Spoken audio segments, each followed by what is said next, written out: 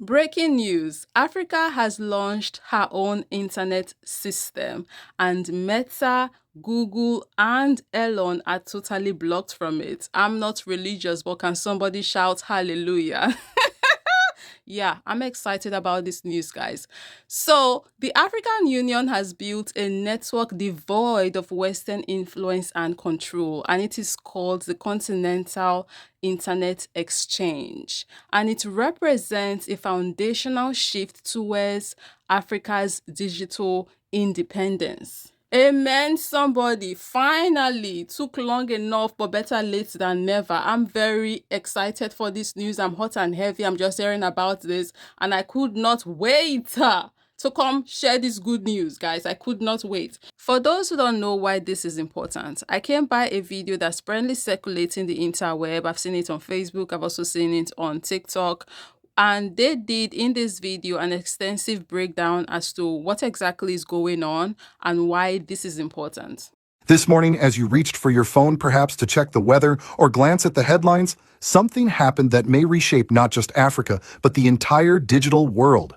Quietly, without the fanfare of Silicon Valley press releases or glossy Google keynotes, Africa flipped the switch on an internet of its own. For 1.4 billion people, the rules of the game just changed. For decades, Americans and Africans alike have lived under the illusion that the internet was universal, borderless, and fair. But the truth is far less romantic. The web you and I know is not a neutral highway of information. It is a toll road owned and operated by a handful of corporations headquartered in California and Seattle. Google, Amazon, Microsoft, they have been the gatekeepers deciding how fast your search reaches you, how much you pay for access, and what information rises to the top. And Africa, for over 20 years, has been forced to play by those rules. That ends today. The African Union has unveiled what it calls the Continental Internet Exchange, a parallel infrastructure built not in the image of Western corporations, but for Africans themselves. It is not simply another internet service provider. It is a digital declaration of independence, the technological equivalent of a revolution. Think about it: when a student in Lagos wants to look up African history, why should their query travel through Europe and back, filtered by algorithms that often bury African voices? Why should an entrepreneur in Ouagadougou pay inflated fees to Silicon Valley shareholders for cloud storage when servers could sit in their own city?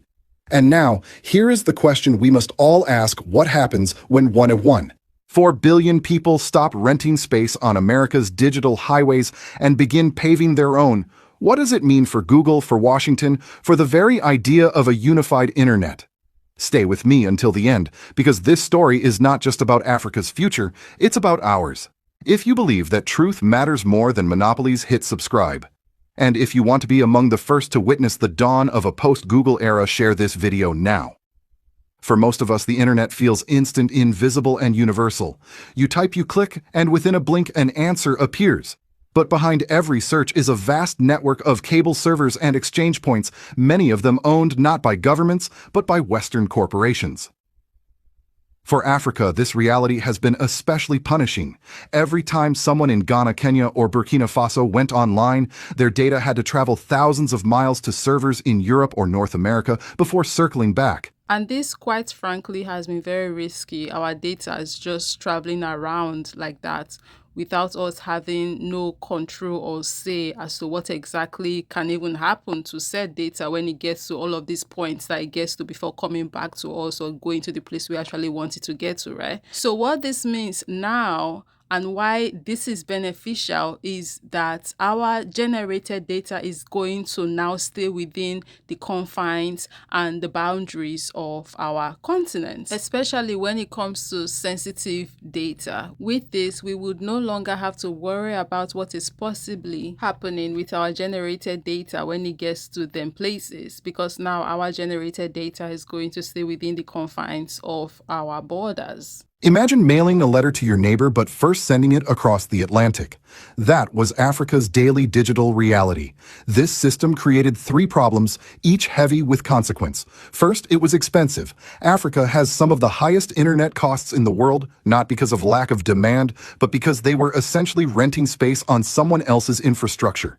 Second, it was slow and unreliable. A student in Nairobi trying to download a textbook often had to wait far longer than a student in Paris or Boston simply because the information detoured across oceans. And third, it concentrated power. Companies like Google, Amazon, and Microsoft weren't just providing services, they were holding the keys to Africa's digital gates. Every click, every transaction, every email passed under their surveillance. That fragile dependency is what changed when the African Union launched the Continental Internet Exchange. For the first time in modern history, an entire continent decided to stop borrowing roads and build its own highways.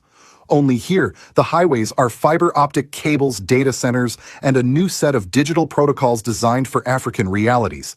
The scale of this effort is breathtaking. Over 100,000 kilometers of fiber optic cable have been laid connecting capitals and villages alike. 47 major data centers now stand across the continent, each designed to handle the demands of modern cloud computing. And exchange points, the junctions where traffic meets and reroutes, have been built in every major city. From Dakar to Dar es Salaam, from Johannesburg to Ouagadougou, Africa has stitched together its own nervous system, one that no longer depends on external lifelines. Here's why that matters in human terms. Consider a young entrepreneur in Burkina Faso developing an app for local farmers. Before, her app's data might have needed to ping through Europe before reaching her neighbors just a few miles away. That meant higher costs, slower service, and a constant risk that foreign companies could block or exploit her work. Now, with the Continental Internet Exchange, her app's traffic stays on African soil. Farmers in Wahiguya or Bobo Dioulasso can access her platform in seconds without paying hidden tolls to Silicon Valley. The initiative also addresses the hidden injustice of content. Under the Western-dominated system, search engines often prioritized sources from Europe or North America, sidelining African scholarship, languages, and local knowledge. An African student researching history could easily find more about Napoleon than about the Mali Empire. The new African Digital Protocol changes that. It is not compatible with Google's indexing system. Instead, it uses distributed knowledge mapping designed to elevate African voices first. When someone searches Burkina Faso independence, they no longer need to wade through Western summaries. They receive research from African universities, oral histories digitized by local institutions, and content in native languages. And not only would this help us more effectively stay in control of the narrative, right? Our narrative, and also help us highlight our voices, pedestalize African voices, African perspective, and African narratives. It would also help us better preserve our culture, because when we no longer have these people buzzing in our ears their lies, right? We no longer have to be dealing with this situation of what are they saying versus what actually went down, or versus our own opinions.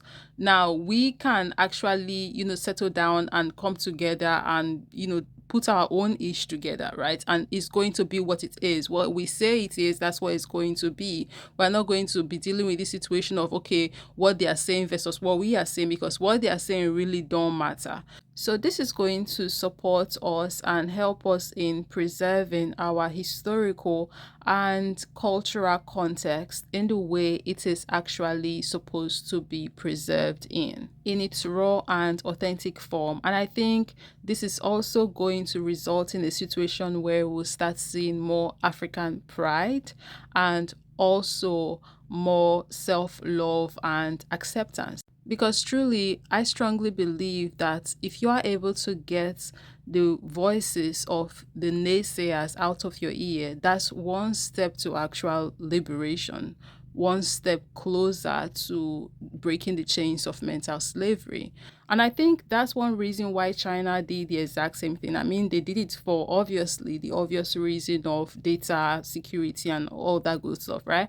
But really, when you think about it, in order for you to truly be your own person, for you to be who you are meant to be or supposed to be, right?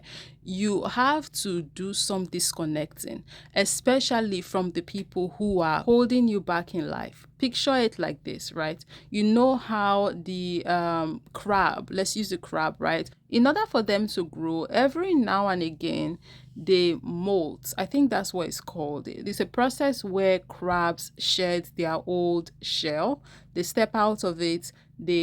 Yes, they are vulnerable when they do this, but it's a process that's necessary for what is to come, which is growth, which is progress. and independence, because you have to remember that old shell was holding the crab back to some degree. Yes, the crab may have felt somewhat protected still having that shell, but that shell was still holding it back from the size it could actually get to. If the crab refuses to let go of the old shell, is going to be limited, right? And it's the exact same thing that we are doing right now. This is going to lead to economic liberation to a large degree. It's going to lead to mental liberation to a large degree. And I am here for it. What we are witnessing is not simply technological progress, it is a philosophical shift. For decades, Africa was told that connectivity meant dependency, that participation in the global economy required submission to Western frameworks. By building its own infrastructure, Africa has declared that it will no longer be just a user of someone else's system. It will be an architect of its own. The numbers already speak volumes. Just 3 days after launch, 200 million Africans had switched to the new network. That pace outstripped the adoption of Facebook, Instagram, and TikTok in their early days. The reason is simple: this system works better for Africans. And that's the video, guys. I really just want to quickly come on here and share with you guys this update because I quite literally just heard about it myself.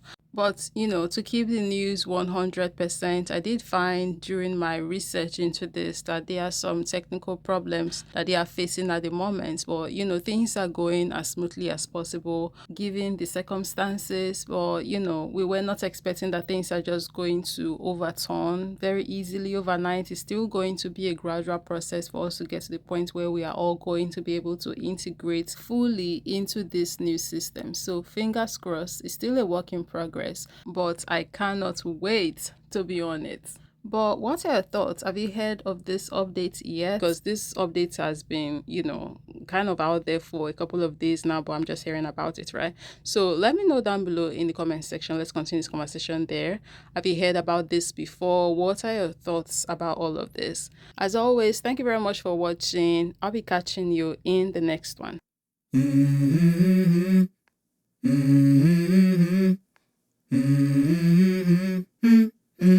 Let's go. I wake up to a little bit of drool on my pillow, feel like it's gonna be a bad day. Yeah, I'm tired of shit, and the coffee ain't hit yet, damn, ain't that great. I don't wanna go to work, cause my boss is a jerk, and I'm not even that paid. I need a change in my life, cause I don't feel alive, and there's nothing that makes me happy. Hold my beer for a minute, I'm about to quit my job, cash in for a ticket. I'm going on a trip and I don't plan to visit. I'm gonna stay there till I feel like I'm winning, and this is just the beginning. I need a big change, help me feel like living. I need a big swing, home runs I'm hitting, and I'll never look back, moving on till I get it all. And we all got dreams, we all want things, but what you gonna do for it? How you gonna move for it? What you gonna be?